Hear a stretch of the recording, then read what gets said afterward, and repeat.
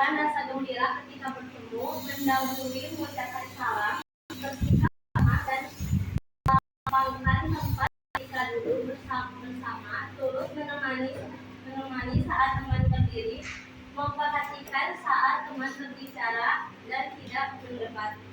Nah, jadi yang pertama itu menunjukkan rasa gembira saat bertemu. Jadi ketika kita tuh ketemu nih sama teman kita, nah kita harus emang seneng gitu, jangan malah bawa gitu apa sih ketemu dia lagi ya jangan gitu kayak halo gitu, harus saling memberikan kebahagiaan.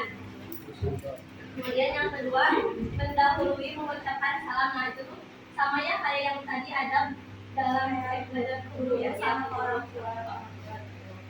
Kemudian yang ketiga, bersikap ramah dan lapang dada ketika duduk bersama. Nah jadi kalau kita dalam berteman kita bersikap ramah itu tuh merupakan tanda bahwa pertemanan kita tuh terjalinnya akrab gitu, udah kayak ya baik nggak toksik ya kayak gitu. Kemudian yang keempat, turut menemani saat teman berdiri.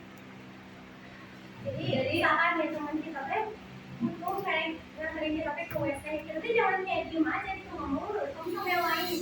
Kita teh udah tahu kita teh sesuatu nih ya sama teman itu, kita bantu gitu apa yang dia pengenin gitu, kayak yang kita bisa tolong itu kita bantu gitu. Jangan kayak udah sama sih itu aja, aku nggak mau gitu. Jangan terus-terusan mungkin kita kayak kalau misalkan lu nggak bisa gitu, kita teh nolaknya dengan baik-baik gitu. Jangan kayak nggak mau jangan gitu, tapi kayak sama yang lain dulu ya, maaf aku nggak bisa gitu. Ya kita harus tetap sopan gitu, walaupun memang kita akrab gitu sama teman sebagainya. Kemudian memperhatikan saat teman berbicara. Nah kalau ada teman tuh bicara, kita juga harus mendengarkan, kayak memperhatikan, jangan terima teman bicara yang dengerinnya malah kemana gitu, malah main HP atau apa gitu. Kemudian yang terakhir, tidak berdebat. Nah itu jadi kayak kita tuh jangan kayak berantem gini, kayak cekcok sama temen kayak kecuali kalau kita debatnya debat pelajaran itu nggak apa-apa gitu. Cuman kalau misalkan kayak debat yang lain kayak berbeda pendapat gitu sama teman, itu sebisa mungkin jangan terlalu kayak sampai bener-bener kita tuh jadi musuhan gitu. Kecuali kalau emang bercanda gitu ya apa, tapi jangan sampai berdebat yang ujung-ujungnya bikin kita bertengkar. Nah di sini ada Quran surat Al-Zukhruf ayat 67 yang artinya pada hari kiamat kelak orang yang saling bermusuhan di antara satu sama lain kecuali orang-orang yang bertakwa. Nah jadi ayat di sini itu Allah pun menunjukkan bahwa sedekat apapun hubungan pertemanan seorang akan menjadi permusuhan di akhirat kelak kecuali pertemanan orang yang bertakwa, sebab teman baik dan kepada Allah akan senantiasa mengajak kita.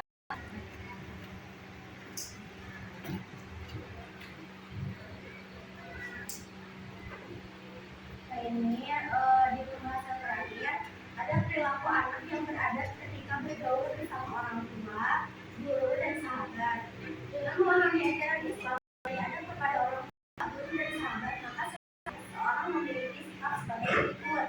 Yang pertama, berterima kasih kepada kedua orang tua yang telah mengasuh, membimbing dan merawatnya dengan penuh kasih sayang.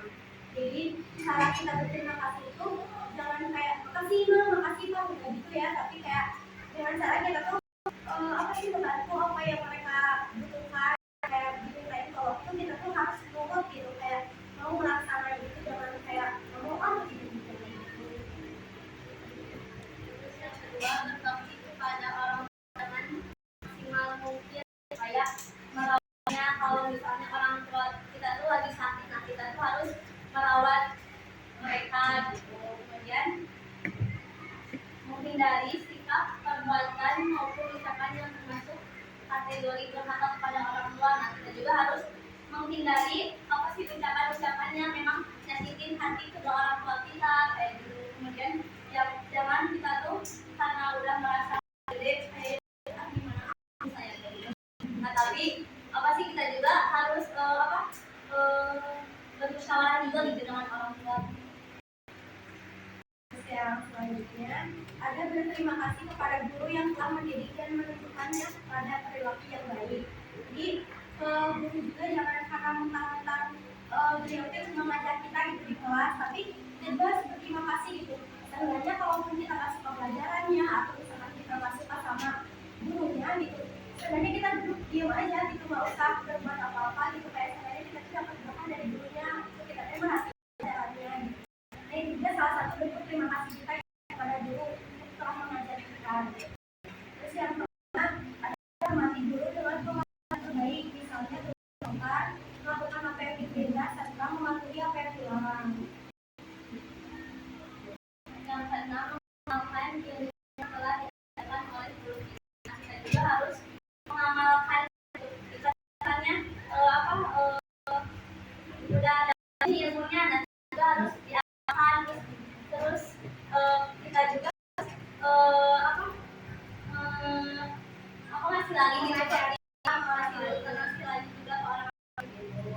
Terus yang ketujuh, berterima kasih kepada sahabat yang telah menemani dan mengingatkannya tentang kewajiban dan perilaku buruk yang harus dia tinggalkan. Jadi kita juga harus berterima kasih kepada sahabat-sahabat kita yang kayak udah ngingetin kita kebaikan atau misalnya